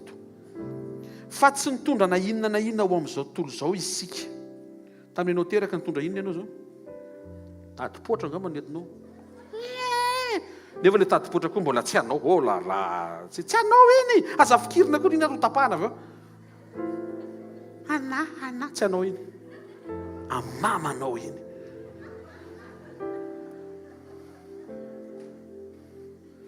Tsy zaza nitomaniko hoe efa misy kosina petraka ao to dia mbalay fotsy zafa. Lamba voalohany nanafinanao ianao tsy mifantatra koa nahita hitan'ny olona daholo ny zavatra rehetra momba anao taminao mbola kely. Dia iny lamba voalohany iny tsy anao. Tsy efa niasa ianao tamin'izany ka hoe nanangona efa niasa ihany nanangona tao kibondreniko tao dia rehefa tonga ny fotoana terana dia mba ampiasaina ny ekônômia. Inona ny asana tao kibondrena tao? Mitongilana dia miakatra dia mitongilana dia manao. Zay ny asako tao. Tsy dia aza ombola be zany tsy ianao. Olona no mitondra lamba mba ho ampiasainao fa tsy ianao. Ary le lamba tsy hoe nesorina teny aminao fa nampanaovana anao, azonao anaovana an'izay tianao rehetra tao satria nomena anao fa tsy ianao. Rehefa maty ny olona na farany bizista be aza mpanaovana iny kravaty iny, afaka teo ambony lohanao mihitsy ny kravaty iny rehefa tsy afaka manao ninninina intsony. Tsy haiko azonareo ve le tiako teneniny, zava-poana zany le fifikirana amin'ny zavatry ny tany. Sanatria hoe manevateva olona efa lasa zany, fa anazavana aminao hoe raha vao mikipo ny masonao zay anaovan'ny olona ny vatanao eo. So fa endro ny fianakaviana. Tsy nitondra na inona ho amin'izao tontolo izao isika. Mahafinaritra zany Ary hita ihany koa fa tsy hatondra na inona miala eto. Maro amin'ny olona rehefa tsy Madagasikara kosa aloha nahitako an'izay fa tany Afrika dia tany Arabia. Rehefa faty ilay olona dia nalevina tao daholo ny fiara, ny volamena. Dia ny mpandevina rehetra niaraka tamin'ny angady daholo. Ndry rest in peace. Azonao tiako tena voalasa amin'ny mpamangy dia mangady daholo ny olona keo avelo ao. Azonareo nga mantiako teneniny tsy afaka netiny ilay izy. Tsy maintsy najanony.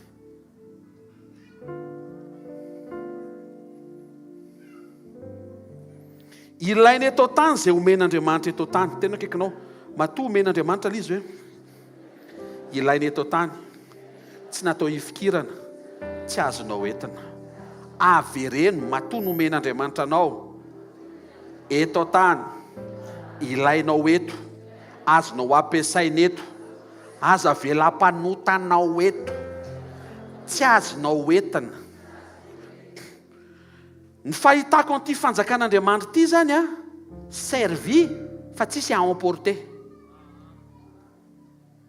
Ary tsy buffet koa izy atao dia mipetraka ianao dia miandro eo zay aterineo aminao eo.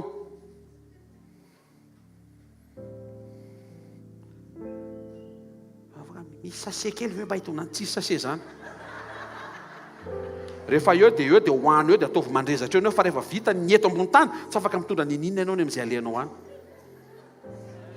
Allô pasteur, fa misy nify zay ato amin'ny sisiny ankavanana ambony ato a, sady volamena ny ao anatiny diamant. Ny tsara amin'iny se hongotana melohan'ny andeha anasoavana olona be dia be, fa tsy manaraka anao iny. Nify tsara tarehy be ny nifinao rehefa tonga any, nify manjelanjelatra be, fampidera fanjelanjelarantsika rehefa tonga any. Ara-nify io zany a, salamo. Fatarao mahatonga amin'ny teny zany, tsara lavitra anao le matimatesy leto ambony tany le any amin'le mandrakizay, anomanin'Andriamanitra anao teny androany. Aiza koa ve pasteur dia za foana ve ny resahany eto, raha mbola tonga eto ianao, zany ny menu ato. Satria ho aiza ary tsika ao aorianan'ity zoma ty e, anatrika amin'ny fotoana rapitso, ao aorianany rapitso, latsinainy izy amin'ny super, ao aorianan'izay rehetrarehetra be dia be zay, tsy mahatsiatrika an'i Jesosy ianao. Hozy izy Paoly, tsy mitondra na inona ao amin'izao tontolo izao ny antsika e. Ary hita fa tsy ahatondra na inona hiala. Ilaina eto ambony tany izay omen'Andriamanitra eto ambony tany. Tena ilaina matoa nomeny. Matoa nomeny dia ilaina sady ampiasaina no hifampizarana, anehoana fahatokiana ary tsy fikirana. Zay. Anehoana fahatokiana fa tsy fikirana. Mampanetry tena. Resaka momba Davida teo, niondrina ambesany tamin'izy mbola kely, andadany. Fromage sy mofo naterina ho anzokony, amin'ny mamany. Ary le netana tsy ho anazy fa ho anzokony, mbola tsy anazy koa. Formation daholo zany a. Tsy mba misy hoe oetrany reto fromage ity dia malefo kely le vasikiri eo ambony izy fa iny mba halafa elamba reto. Tsisy zany. Ary inoko fa io Davida io tamin'izy mbola kely tsy nanandrana an'izany tsirona fromage zany naray ary. Raha zay efa tonga mpanjaka. Rehefa lehibe indray izy, Andriamanitra ny tonga avy any, ireo olona ireo tsy anao. Fa hoana, za rehefa atao amin'ny tronako. To mahita n'Andriamanitra miteny troninina eo fa anareo a. Andriamanitra tsotra izany a. Me fotsiny izy dia miteny Israely oloko ireo. Na ianao koa ary, ny ainao koa mbola hozy izy Davida.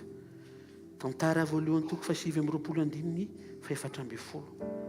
Tonga avy any Davida. Fa zinona moa ny oloko no azahoana hery anatitra toy izao. Zareo no avy nanao fanatitra be tena tsisy ohatr' izany. Avy aminao ny zavatra rehetra. Vita sekoly, vita formation. Avy aminao ny zavatra rehetra. Mamenatra nefa ty zavatra omeny ety neky le avy aminy anao ihany no averinay. Hitanao rehefa mamen'Andriamanitra dia mba manao mampalahelo. Fa tsy aleluia. Zany izy zany tamin'ny farany volana.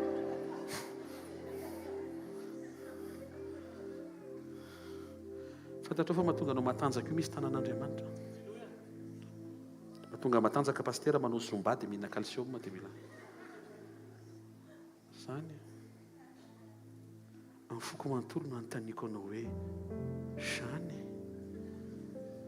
Tonga eto hamerina ny sainao ny anaran'i Jesosy. Fa ny fahasoavan'Andriamanitra no matoy izao anao. Tsy midika eo tsy mahazo manao exercice, tsy mahazo mihinana fortifiant ohatr'izany, fa tsy any amin'izay ny azonan'Andriamanitra ny ainao. Hozy izy Davida, avy aminao ny zavatra rehetra. Raha tonga eto izay izezy taminao, dia ny tena marina mizezy tamin'ny zavatra ao izay. Ka raha anao le izy fa tsy anay, dia tsisy tokony izy titiavana indray zany, fa ke moa anao ihany ke zany le izy. ary na ny zavatra terinay aza. Ianao mety mahita ny lizy betsaka fa izay mahita hoe ilay avy aminao ihany no naverinay. Fantatrao ve na inona omenao an'Andriamanitra dia tadio fa avy aminy ihany ilay izy no averinao.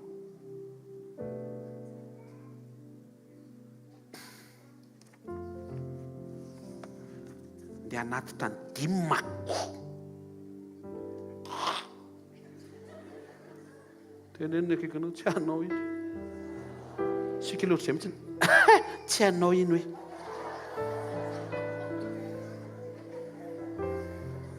ohatra misy zavatra tian'Andriamanitra hievina zany ty 2023 nareo ve tsy tonga saina ohatrany hoe hafa be mihitsy 2023 ty aloha e za loha mety ohatrany hafa be aloha e nampozinao ohatrany hafa mihitsy. Voalohany zay tsy anao dia tsy fikiranao. Faharoa lasa mampiankina bebe koa anao amin'ilay tena tompony. Ny tena problema tamin'ilay tantara momba ilay zanak'Adala tsy ilay fananana hozaraina fa ilay zanaka faralahy nangataka ny anana ny azy manokana compte personnel. Dia izy nitady fomba ialana teo amin'ny rainy mba handerery solo, tsy badio solo, tsy mila cœur. Tsy midika izany hoe tsy solo tsony za manomboka androany fa azaveko aminao le toe-tsaina sy le motivation le lehilahy.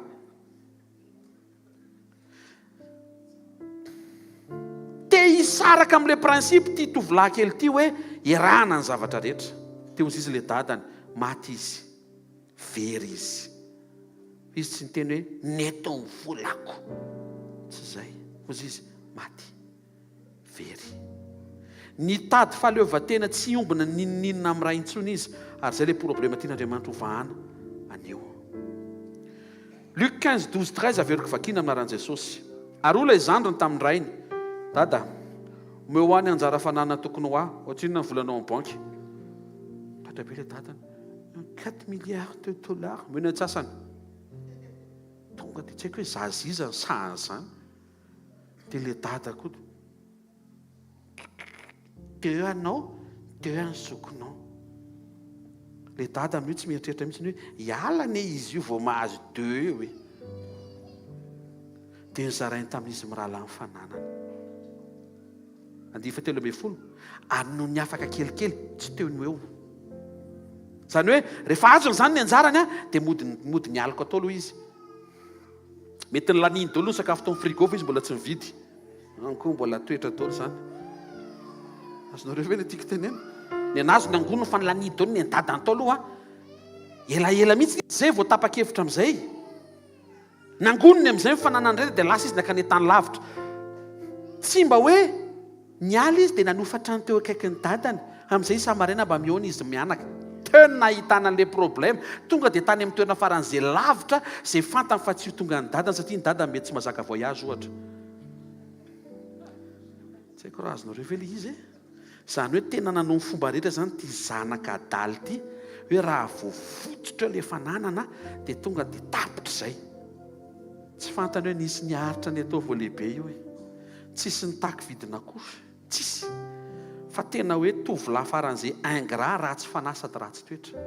Izay nanao soa azy sy izay nity azy indray ny tadiaviny ialana, aleo ny namana tamina sakaiza ratsy mpandany ny volany sy ty azy satria mbola manam-bola izy, fa voaritra teo ihany koa tonga dia ny désabonné tamin'ny anina ny daholo ny namany rehetra. Sady mibloqué ny numéroany satria vao tsisy vola dia tsy namana. Tamin'ny voalohany nalainy ny anjara fa mbola tao an-trano izy. Avy eo nanomboka nitady hevitra izy niala ny trano. Tsy hoe nanorona trano teo akaiky na mba naka trano teo akaiky na mba tao amin'ilay tanàna nisy azy, fa tany tany lavitra. Tena akaikinao, io ilay problema hoe te hiala lavitra. Avy reno, io ilay problema hoe te hiala lavitra. Niala lavitra ny rainy izy. Mba tsy ho vangiany rainy. Angambany heveriny fa moral koa ny fanontsinana rehetra mety tonga teo aminy. Tsy fantany fa teny mpanitsina mpitiavana izy satria tena tiany dadany izy. tsy tia nidirana ntsony ny zaferany raha tsy izy nandeha lavitra. Tsy tia no anontaniana izy reny naman'lahy reny tsy tia izay. Izy reny zanak'izy reny. So dia mba afaka miconseiller le dadany hoe ny dadany iny mpangalatra e. Fa matetika moa zanaka mahainao an'izany. Heva niova izy tsika mitovy amin'ny dadany e. Raha nangala atsaniko io izay niova ny dadany. Alleluia. Dia niova koa ny zanany. Tsy te hiaino an'le fanampina-pitiavana vonona ao am-pony dadany. Problemana fifandraisany amin'ny dadany zany le niseho tamin'le hoe meo any anjarako tonga dia lasa. Raha tena nisy fitiavana atao izao zavatra nitranga, dada meo any anjarako. Voazy le anjara ny ampitsininy ty cadeau kely ho anao. Tsy raha azontsika ve zany? Ohatry ny tenen'i Davidy, avy amin'izay anao ihany no hanomezako anao. Tsisy resaka, tsisy cadeau zany. Zay mba fananana kely le rangaby efa mety efa mitondra tena kely io, iny mbola le aiza ny ronono ato amin'ity frigoty, iny mbola sotrona efa nomena ny anjarany izy a. Izy mandoa ty jira maty afara volana io satria afara volana izay efa lasa. Zavatra mahafinaritra aloha tsy ritra aloha le rangana dia natao an'izany ary. Satria miverina avy any izy a, mbola laibany kokoa le dadany. Mbola pakta kokoa izy fomba fiteny taloha izay. Mbola nanan-karena lavitra no tamin'ny fotoana nialan'le zanany a, le dadany. Dia gaga le zanany hoe nalaiko le anjarako tany aminao, totro maika ianao mpanan-karena. Dia meme le dadany hoe tsy mahafantatra ny prinsipe ny fanjakana ianao zany. Izay manome anie no mahazo e, ary izay mahafoy anie no tsy ho ritra e. Fananana nampiasaina ialana lavitry ny rainy, na ihany koa hoe fitahiana hampisaraka anao amin'Andriamanitra ary hampisaraka anao amin'ny fitiavan'Andriamanitra. Tandremo zany. Ny asaribidiny communion anao amin'ny Jesosy mahatonga an'Andriamanitra manaitra anao hoe tsy anao io azy fikirana fa ataovy mampifikitra anao bebe kokoa amiko. Hoy ny tompo Jaona 15:5, raha misaraka amiko ianao dia tsy mahay manao na inona na inona. Raha vao misy zavatra fifantohany fotsika dia manakana ny communiontsika amin'i Jesosy zany. Lasa aingana be ny fahatongavan'ilay fitiavan-tena, te hisongadina, te hiavaka, te ho maleo tena. Aiza koa dia izy foana ve ny dada, za ndray izao ny dada. Aiza koa misy an'izany. Fantatrao, raha 90 taona ny dadanao ka ianao 70 taona, dia amin'ny herintaona raiky ambiny izy dia ianao raiky amby efatra, tsy ho tratranao zany mihitsy izy. Amin'ny taona ho avy io tratrako izy ka. Miaraka amin'ny vitesse supernaturelle. Rehefa dada izy dia dada foana. Miaino ve tsika e? Tsy azon'ity lehilahy ity zany fa azony ihany tamin'ny farany ka. Lavitra an'Andriamanitra, tsy hoe ao an-tranony fa lavitra ny sitrapon'Andriamanitra. Satria na dia tao an-trano le noho ny afaka kelikely, zany hoe mbola nisy fotoana zany, mbola nisy fiarahamonina entre ny dadany sy izy amin'ny rahalahy, fa le fifandraisana po efa tsy nisy intsony satria efa manana ny azy le zanany. Amin'ity taon'ity aoka ianao tsy ho lavitra an'Andriamanitra.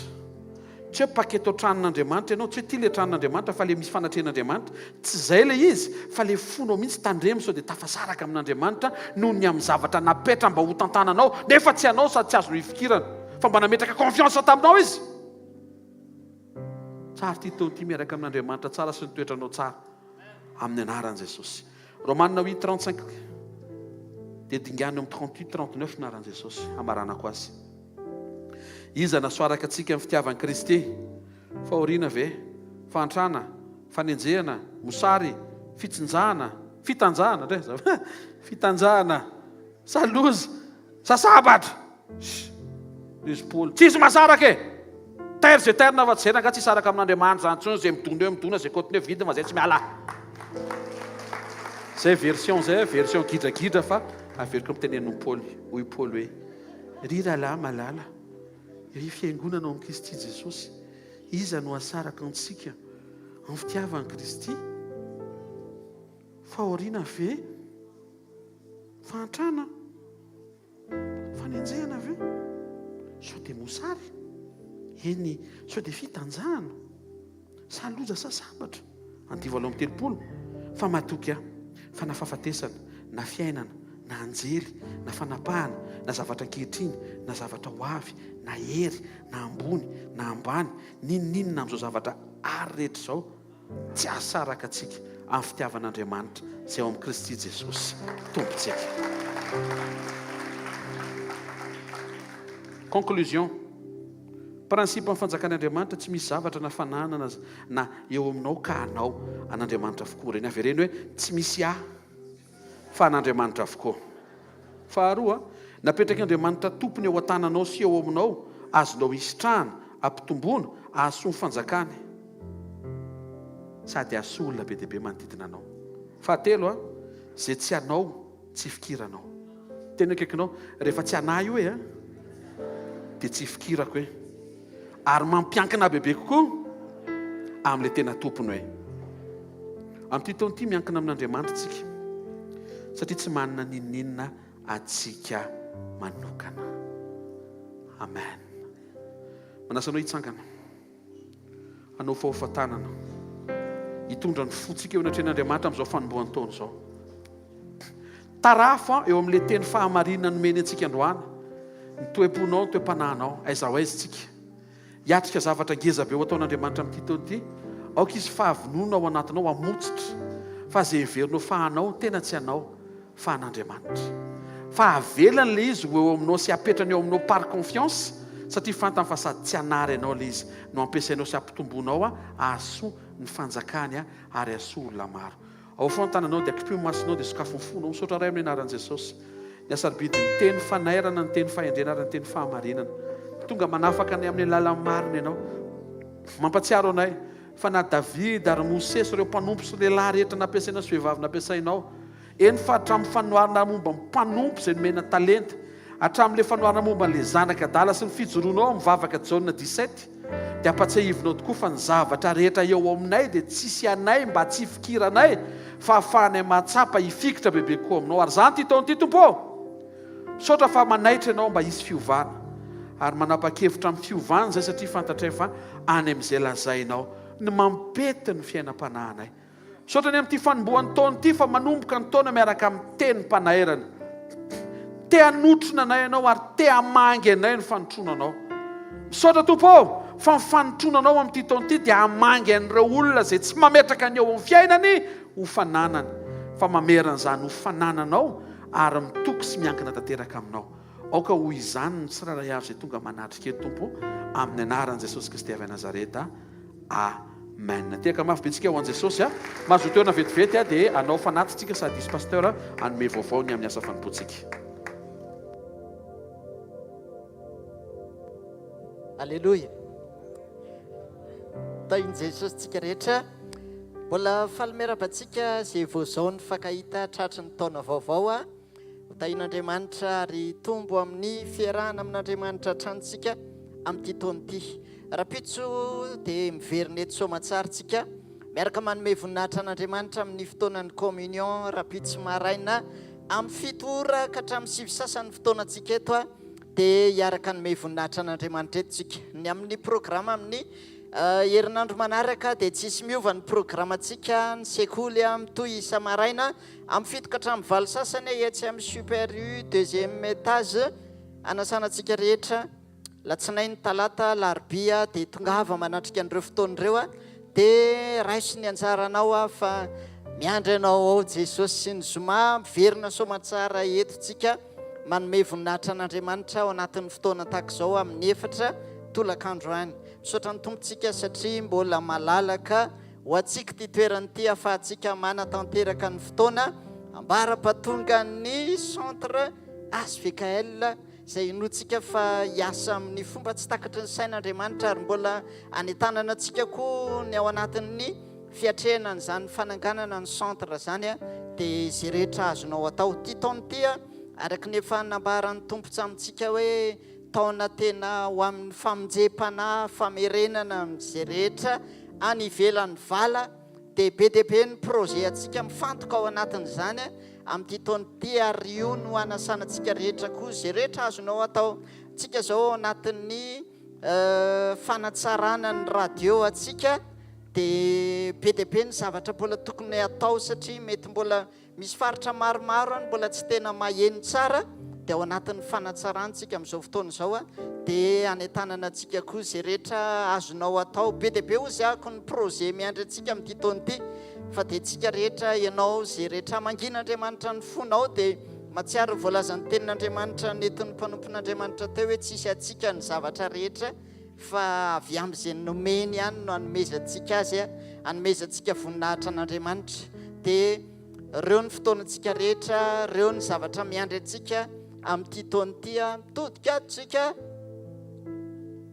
misy fotoana goavana be ty amin'ny sabotsy 7 janvier rapitso zany e rapitso a dia afaka manaraka direct somatsara tsika 14 heures any io raha tsy diso a dia amin'ny efatrano any tsika afaka manaraka somatsara anio a conférence miaraka amin'ny mpanompon'Andriamanitra pasteur Rodolphe any France io ny tanterahana fa tsika afaka manaraka direct misaotra ny tompo satria mivoatra ny teknôlôzia voatra koa ny fisehon'Andriamanitra ometsika voninahitra izy manasanao hitsangana injiro mitananao dia dao ivavaka tsika misaotra raha hitsara indrindra ny tana ny amin'ny fitiavanao sy ny famindraponao a ny amin'ny fafana mijoro mitondra ny fanatitra eto anatrehanao misaotra satria ianao ny tany tsirairay avy tamin'izay rehetra ny asan'ny tanany tamina lesiny nataona rehetra dia nambininao ary miverina izay manome voninahitra anao amin'ny fanatitra androany satria ianao ny ilay nyteny hoe aoka tsisy iseho foana tsy mitondra fanatitra memboninahitra ny naranao ary makasitraka tamin'izay rehetra nataonao misaotra ny amin'ny tsirairay avy izay rehetra nanolotra ny fahafolo-karena ny sakrifisy ny amin'ny fanatitra amin'ity androandroany ity dia ianao no akasitraka sy amaly fity ho amin'ny tsirairay a ho an'izay rehetra natao no voninahitra ny naranao dia mba akasitrao izao fanatitra izao a vokatry ny fonay ary miaraka amin'ny fanoloran-tenanay rehetra manome voninahitra anao anao mandrakizay zay a amin'ny anaran'i Jesosy amen mitehaka mafitsika an Jesosy Alleluia ao fontanodinao totoisitsika ny fisaorana sy fankasitrana an'Andriamanitra aseho eo am-ponao a ny fifalianao ahitan'ny fitondran'Andriamanitra anao ao anatin'le fo votsitra tsy mamikitra zavatra ny tany mampasaroto ny olona sy mampanota azy na tsy mampahazo aina azy apetra ao am-ponao a ny fiadanan'Andriamanitra tsy taitra amina fananana fa afaka mampiasa ara-potoana izay ilaina ary miantso izay ilaina ara-potoana ny zava-dehibe le izy vita fa tsy hoe le izy tsy maintsy amin'ny anaranao misaotra ray amin'ny anaran'i Jesosy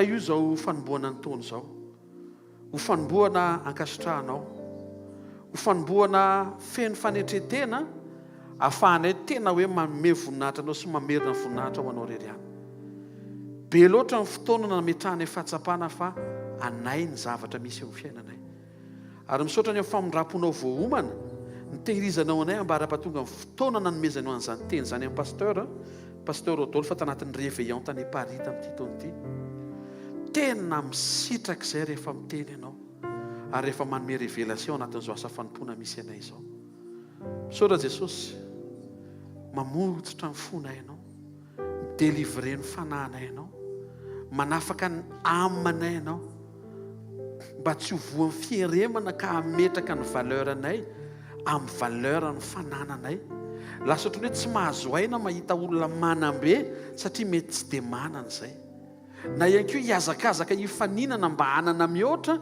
satria mihevitra fa izay manana mihoatra ny tena misongadina misaotra Jesosy ny amin'ny fanasitranana misaotra ny amin'ny fanafahana andreo ny arivo izay tsy miala maina avy eto amin'ny fanatrehanao tsy hoe hivoaka n'ity fivoriana ity izay tahaka an'izay nidiranay teto fa nisitraka fiaonana manokana tamin'ny fahamarinanao sy ny fanatrehanao ny fitiavanao ny fahatsaranao ny faharetanao ny fiantrahanao ary ny famondram-ponao vavaka ao ny tsiraray avy izay tonga eto amin'ity anio ity tsarovo izay marary mety misy mifanaintainana mety misy ny fampahoriana mety misy avizanana mety misy aditsaina mety tsy haiko hoe inona tompo mety mahazo ny zanako tsiraray avy fa satria manaiky izay fa ny vatanay dia tsy anay ary tsy hoentinay anaovana izay tianay dia misaotra meloa izay fa ianao mikarakara ny fanananao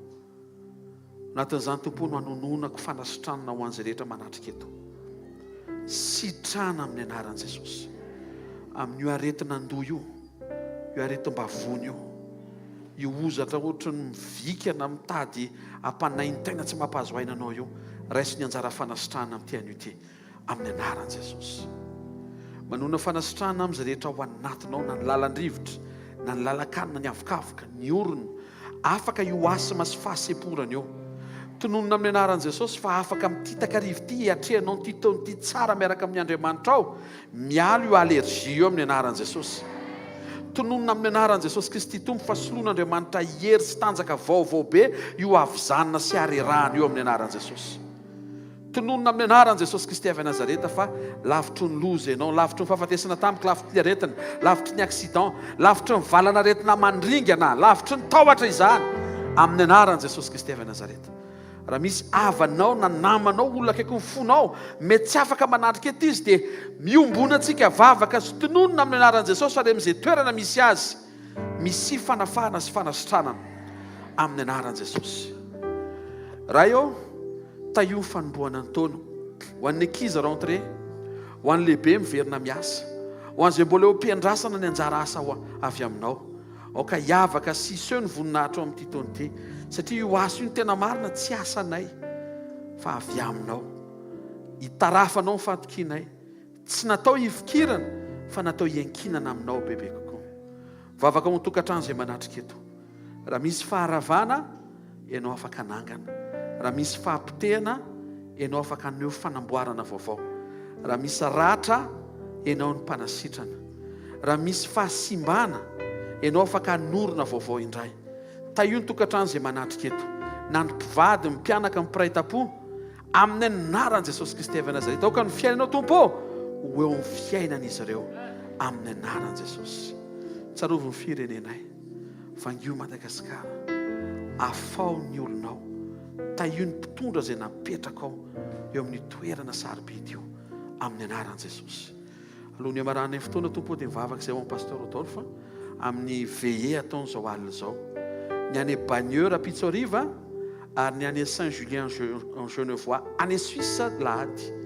Taio ireo fotoan'ireo, aoka ny fanatrehanao hamangy ny olona rehetra ireo mpiray-tam-po aminay izay any toerana, aoka iseho ny fahagagana sy ny fanasitranana sy ny fombanao araka ny teninao hoe indro izao ombanareo mandrakariva mba raha-patonga ny fahataperan'izao tontolo izao amin'ny anaran'i Jesosy. Amen. Raisiny tsodrano izay tononona amin'ny anaran'i Jesosy Kristy Tompo. Mahita ny fonao amin'ny sokatra ary tsofina ransy tononana noho ny amin'ny rahan'i Jesosy mandrakotra anao. Ny fafany ao anatinao mifantoka amin'ilay mahatokony hanomeny teny fikasana fa tsy teny fikasana. Mahita fa tsy fantoka any amin'ilay taona ianao fa ny amin'ilay Andriamanitra ny teny hoe tsy misy anao izay eo aminao fa avy amiko, tsy natao ho fikirinao fa izaho ny tokony hifikiranao. Mahita ny toem-panahinao ame mandroso any amin'ny fifikirana marina sy tanteraka amin'Andriamanitra irere. Mandehana fa mivaha io manahirana io, mety io zavatra trehanao io, tsara fanombohana ianao, miaraka amin'Andriamanitra tsara sy ny fahatsarana avy ao anatinao, avoakanao amin'ny fahatsaram-panahy amin'ny anaran'i Jesosy Kristy avy Nazareta. Asiteka mafy tsara ho an'i Jesosy.